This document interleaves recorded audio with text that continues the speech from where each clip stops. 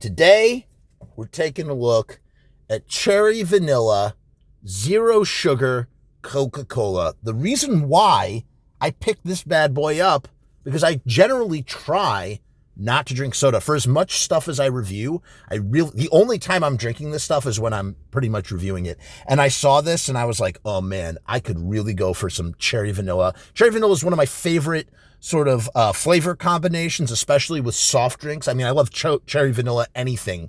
It's like, you want to sell your product to me, just call it cherry vanilla, baby, and I'll buy it. And it's zero sugar because I'm trying to avoid as much sugar. By the way, I love Coca-Cola's rebranding of their diet stuff. Zero sugar, for whatever reason, is so much more sort of consumer friendly than, say, diet. I feel like the word diet has a lot of, obviously there's a cult, the cult of Diet Coke drinkers. That's what they do. It's like a cult thing. My brother is a part of that cult. He can buy a 10-pack of those little mini Diet Coke cans. He'll down the whole thing an hour after he brings it home. I mean, he just one after another after another. It really is. It's its own cult, and people love Diet Coke. But again, that word diet, it's associated with, artificial sweeteners, and artificial sweeteners have a negative connotation, like, causing cancer and yada, yada, yada. Like for instance, when I'm in Israel, I love drinking the Coca-Cola in Israel because it's made with real sugar. I love Mexican Coca-Cola because it's made with real sugar. Soda outside of the US is made with real sugar. It's not as thick and syrupy. It has a more refreshing taste. It's lighter.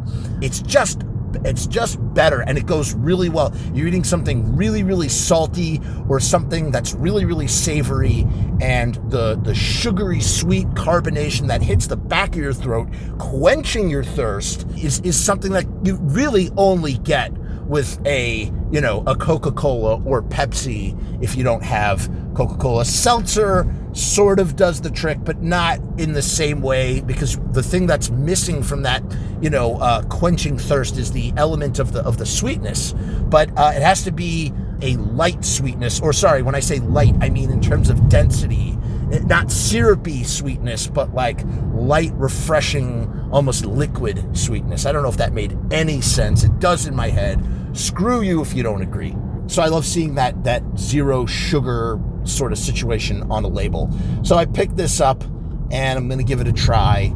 And, there's some, let's see what the sweetener is. I shouldn't look while I'm driving. I'll wait until I'm pulled over to take a look. I think it's sucralose. Maybe I could pull over right here. So it's really not different from Diet Coke in any way, except that the branding is different. For the most part, in fact, the artificial sweeteners are actually sweeter than sugar, and you need more sugar to equate the artificial sweetener. And the other thing too is artificial sweeteners are not naturally sweet, they're chemically sweet.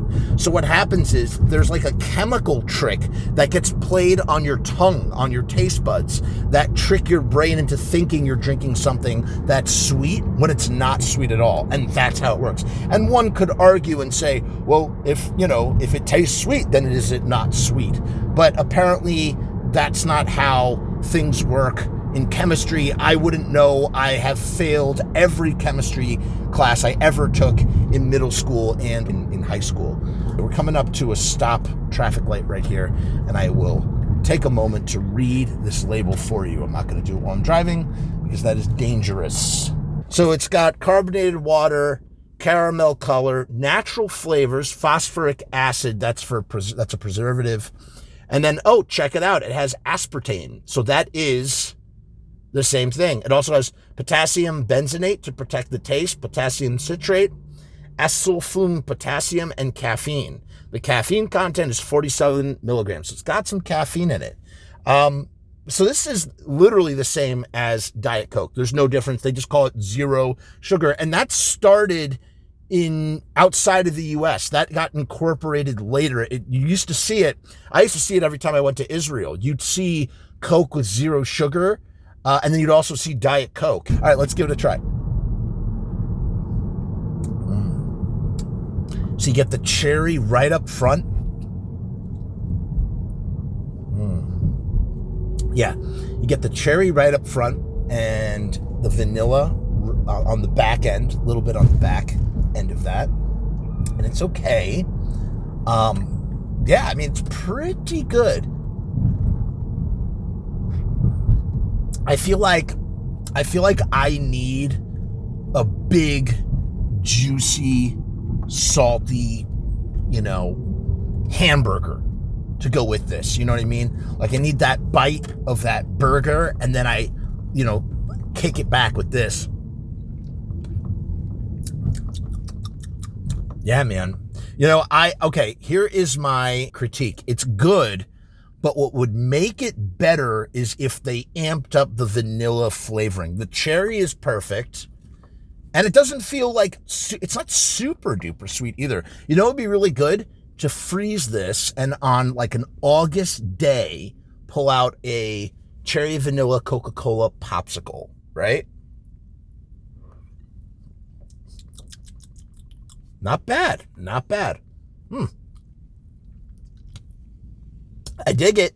I definitely dig it. I'm glad I bought a sixer. It was all I could buy, actually, was a sixer. 0 calorie cola cherry vanilla flavored. All right, guys, that's it. What would you like me to review? Let me know in the comments. Don't forget to like, share, subscribe. Peace.